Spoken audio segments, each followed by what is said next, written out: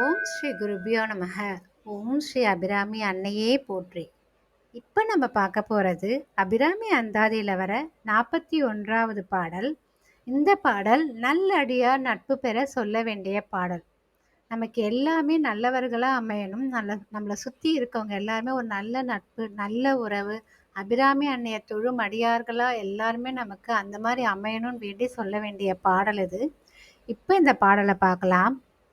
புண்ணியம் செய்தனமே மனமே புது பூங்குவலை கண்ணியும் செய்ய கணவரும் கூடி நம் காரணத்தால் நன்னி இங்கே வந்து தம் அடியார்கள் நடு இருக்க பண்ணி நம் சென்னியின் மேல் பத்மபாதம் பதித்திடவே.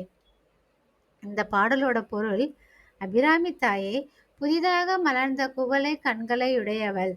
அவள் கணவரோ சிவந்த திருமேனியையுடைய சிவபெருமான். அவர்கள் இருவரும் இங்கே கூடி வந்து அடியார்களாகிய நம்மை கூட்டினார்கள். அத்துடன் நம்முடைய தலைகளை அவர்களுடைய திருப்பாதங்களின் சின்னமாக சேர்த்து கொண்டார்கள். அவர்களின் அருளுக்கு நாம் புண்ணியமே செய்திருக்கிறோம். இந்த மாதிரி அடியார்கள், அபிராமி அன்னையோட அடியார்களை எல்லாரும் ஒன்று சேர்க்கறதுக்காக சொல்ல வேண்டிய பாடல் இது. நல்ல நட்பு நமக்கு கிடைக்கணும் இல்லைங்களா? அது அபிராமி அன்னையோட அடியார்களாக இருந்தால் இன்னும் பேறு பெற்றவங்க இல்லையா நம்ம. அதனால் இந்த பாடலை சொல்லி வாங்க. நல்ல அடியார்களோட நட்போடு சேர்ந்து அபிராமி அன்னையை போற்றி வழிபடுங்க. அபிராமி அன்னை நிச்சயம் அருள் புரிவாங்க. ஓம் ஸ்ரீ அபிராமி அன்னையே போற்றி.